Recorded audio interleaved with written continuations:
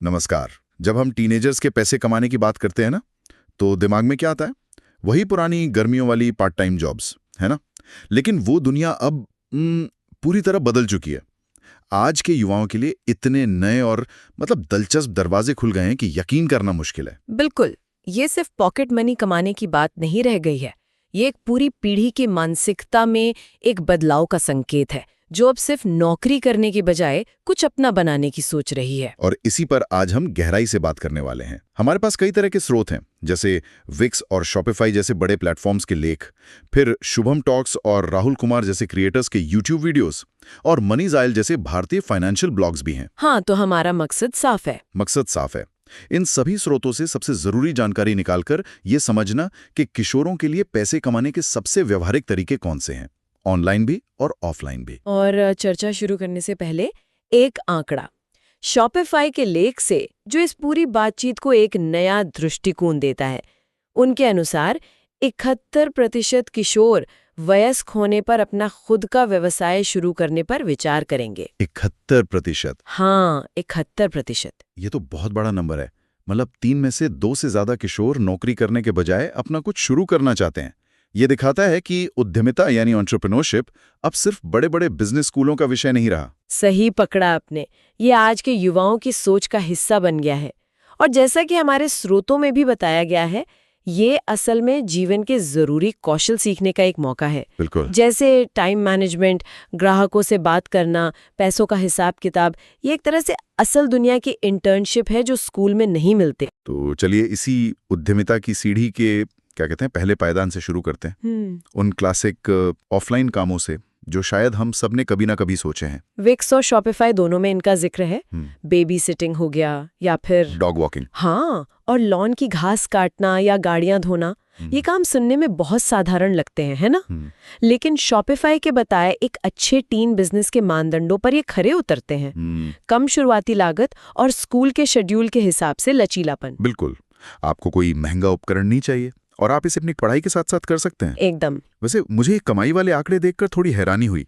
स्रोतों के मुताबिक बेबी सिटिंग के लिए $10 से $20 प्रति घंटा तक मिल सकते हैं। ये तो कई एंट्री लेवल नौकरियों से ज्यादा है। हाँ, और डॉग वॉकिंग के लिए भी $10 से $20 प्रति वॉक। लेकिन यहाँ एक सवाल उठता है।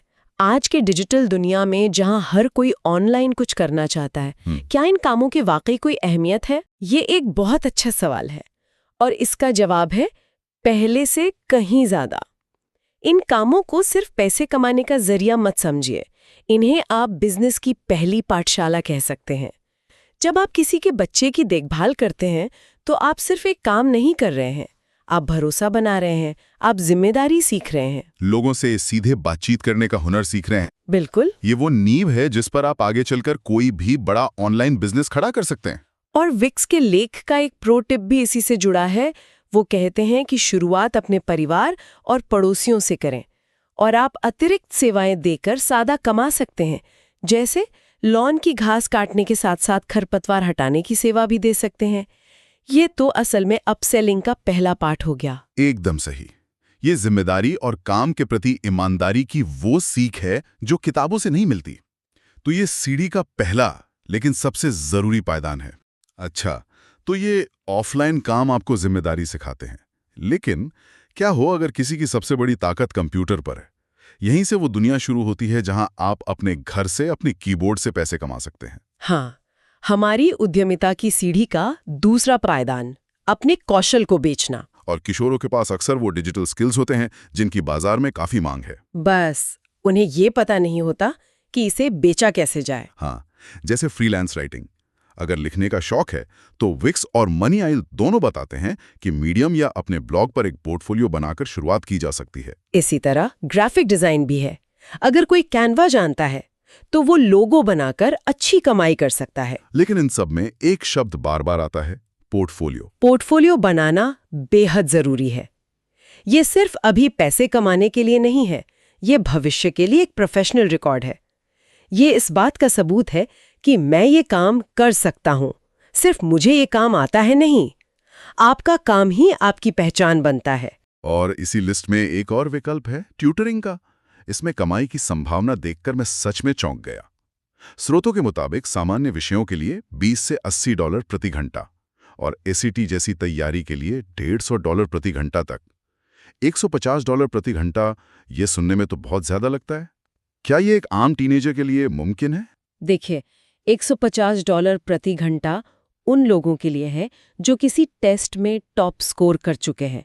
लेकिन अगर हम उसे छोड़ भी दें तो सामान्य गणित या विज्ञान पढ़ाने के लिए भी $20 से $40 प्रति घंटा मिलना आम बात है, और ये ऑनलाइन भी किया जा सकता है।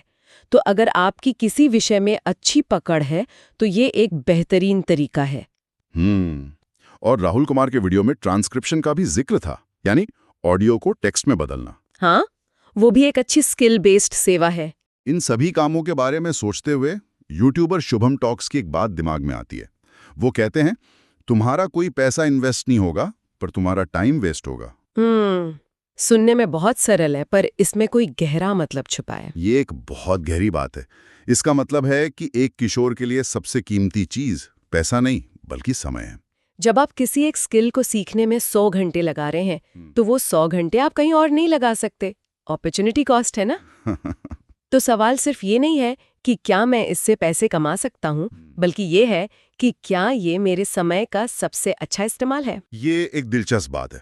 मतलब ये उस पुराने विचार को चुनौती देती है कि बस कोई भी काम कर लो।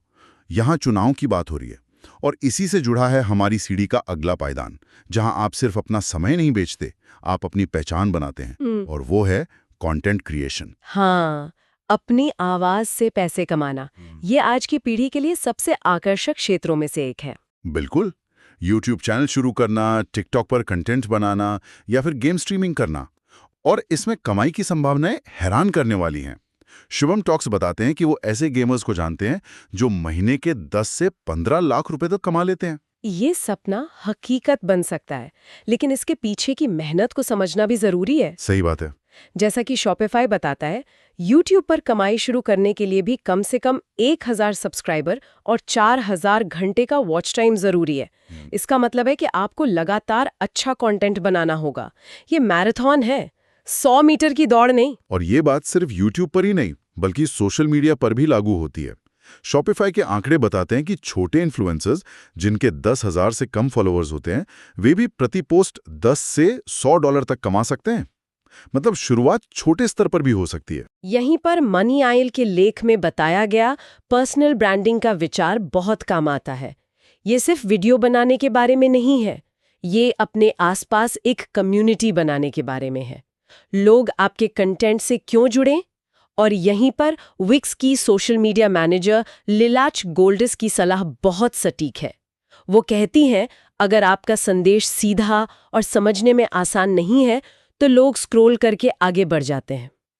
मतलब आपके पास लोगों का ध्यान खींचने के लिए सिर्फ कुछ सेकंड होते हैं। और गेम स्ट्रीमिंग के बारे में भी एक दिलचस्प बात थी। जरूरी नहीं कि कोई प्रो गेमर हो, मनोरंजक होना ज्यादा जरूरी है। बिल्कुल, लोग मनोरंजन के लिए आते हैं, और जब आप एक समुदाय बना लेते हैं तो कमाई का एक और रास्ता खुलता है, अपना सामान यानी मर्चेंडाइज बेचना। और इसी विचार से हम अपनी उद्यमिता की सीढ़ी के सबसे ऊपरी पायदान पर पहुंचते हैं, ई-कॉमर्स, ऑनलाइन सामान बेचना। ये एक ऐसी दुनिया है जहां किशोर बिना कोई दुकान खोले अपना सामान पूरी दुनिया में बेच सकते हैं। और इसमें कई ऐसे मॉडल हैं जिनमें बहुत कम या लगभग कोई शुरुआती निवेश नहीं लगता। सबसे पहले बात करते हैं प्रिंट ऑन डिमांड की। ये मॉडल तो मुझे जादू जैसा लगता है। मतलब आप सिर्फ एक डिजाइन बनाते हैं, उसे वेबसाइट पर अपलोड करते हैं, और बस जब कोई ऑर्डर करता है तो वो कंपनी उसे प्रिंट करती है और ग्राहक तक पहुंचा देती है। आपको कोई स्टॉक रखने की जरूरत नहीं है। इसका सबसे बड़ा फायदा यही है, आपको इन्वेंट्री या शिपिंग की चिंता नहीं करनी पड़ती। आपका पूरा ध्यान सिर्फ अच्छे डिजाइन बनाने पर होता है। दूसरा मॉडल है ड्रॉप शिपिंग। इसमें आप अपना ऑनलाइन स्टोर चलाते हैं, लेकिन उत्पाद का स्टॉक और शिपिंग कोई और सप्लायर करता है। इसमें मुनाफा कितना होता है? शॉपिफाई के मुताबिक इसमें मुनाफा 10% से 30% तक हो सकता है। तो चलिए इसे एक उदाहरण से समझते हैं। मान लीजिए एक टीनेजर है जिसे स्केचिंग का बहुत शौक है। वो इन मॉडल्स का इस्तेमाल कैसे कर सकता है? बहुत अच्छा उदाहरण है। तो ये टीनेजर अपने सबसे अच्छे स्केच को प्रिंट ऑन डिमांड के जरिए टी-शर्ट, मग या फोन केस पर बेच सकता है। साथ ही वो अपनी स्केचिंग की प्रक्रिया का वीडियो बनाकर YouTube पर कंटेंट भी बना सकता है। अच्छा, और तो और वो अपनी स्केचिंग तकनीक पर एक छोटी डिजिटल गाइड या ई बुक बनाकर बेच सकता है। मतलब एक ही स्किल से 3 अलग-अलग बिजनेस मॉडल। वाह, एक ही स्किल और कमाई के कई रास्ते। और आपने डिजिटल उत्पादों की बात की। ये आज के दौर में बहुत ही आकर्षक विकल्प है, जैसे स्टडी प्लानर, बजट ट्रैकर या अपने बनाए हुए स्कूल के नोट्स बेचना। इसमें मुनाफा मार्जिन बहुत ज्यादा, लगभग 80 से 90% तक हो सकता है। डिजिटल उत्पादों की यही खासियत है, स्केलेबिलिटी। यानी एक बार मेहनत करके एक अच्छा प्रोडक्ट बना लिया तो वो आपके लिए लगातार कमाई का जरिया बन सकता है, चाहे उसे 10 लोग खरीदें या 10,000। हाँ, उत्पादन की लागत नहीं बढ़ती। और यहाँ पर राहुल कुमार के वीडियो की एक बात मुझे बहुत दिलचस्प लगी। वो कहते हैं कि अगर आप अपने नोट्स को सिर्फ 20-30 रुपए में बेचते हैं और अगर उसे हजारों लोग खरीद लें तो ये एक बहुत बड़ी रकम बन सकती है। ये दिखाता है कि छोटी छोटी रकम मिलकर कितना बड़ा असर डाल सकती है। ये वॉल्यूम का खेल है, कम कीमत पर ज्यादा लोगों तक पहुंचना। और इन सभी ई कॉमर्स मॉडलों के लिए विक्स और शॉपिफाई दोनों इस बात पर जोर देते हैं कि अपनी एक वेबसाइट बनाना कितना जरूरी है। ये आपका अपना ऑनलाइन घर है जहां आप अपना ब्रांड बनाते हैं और सीधे ग्राहकों तक पहुंचते हैं। तो आज की हमारी चर्चा को अगर मैं समेटूं तो ये सिर्फ पैसे कमाने के तरीकों की लिस्ट नहीं है, ये एक तरह की यात्रा है, एक उद्यमिता की सीढ़ी है। पहले पायदान पर है पारंपरिक ऑफलाइन काम जो आपको जिम्मेदारी सिखाते हैं, दूसरे पर है ऑनलाइन अपने कौशल को बेचना, तीसरे पर है कंटेंट बनाना जहां आप अपनी आवाज से एक समुदाय बनाते हैं, और सबसे ऊपर है ई कॉमर्स। बिल्कुल, हर किसी के व्यक्तित्व और कौशल के हिसाब से इस सीढ़ी पर चढ़ने का कोई न कोई रास्ता जरूर मौजूद है। आज के युवाओं के पास ऐसे उपकरण और प्लेटफॉर्म्स हैं जो पहले की पीढ़ियों के पास नहीं थे। तो इसका मतलब क्या है? इसका मतलब ये है कि आज के किशोरों को सिर्फ ये नहीं सोचना कि बड़ा होकर क्या बनूंगा, बल्कि वो आज से ही कुछ बनाना शुरू कर सकते हैं। और इसी विचार के साथ मैं आज की चर्चा को एक अंतिम सवाल के साथ समाप्त करना चाहूंगी। हमारे स्रोतों से ये तो साफ है कि पैसे कमाने के तरीके बहुत है, लेकिन शायद एक युवा के लिए इससे भी ज्यादा दिलचस्प सवाल ये है, मैं लोगों की ऐसी कौन सी समस्या हल कर सकता हूँ जिसमें मेरी भी दिलचस्पी हो। ये एक बहुत ही शक्तिशाली सवाल है। हाँ, क्योंकि अगर आप देखें तो हमारी चर्चा के सभी तरीके मूल रूप से किसी और की समस्या को हल कर रहे हैं। ट्यूटरिंग किसी की पढ़ाई की समस्या को हल कर रही है, एक अच्छा डिजिटल प्लानर किसी के अव्यवस्थित जीवन की समस्या को हल कर रहा है, मनोरंजक गेमिंग वीडियो किसी की बोरियत की समस्या को हल कर रहा है ना? सिर्फ पैसे कैसे कमाऊं के बारे में सोचने के बजाय अगर कोई इस पर ध्यान केंद्रित करे कि मैं क्या समस्या हल कर सकता हूं, तो शायद यही कुछ वास्तव में सफल और संतोषजनक बनाने की असली कुंजी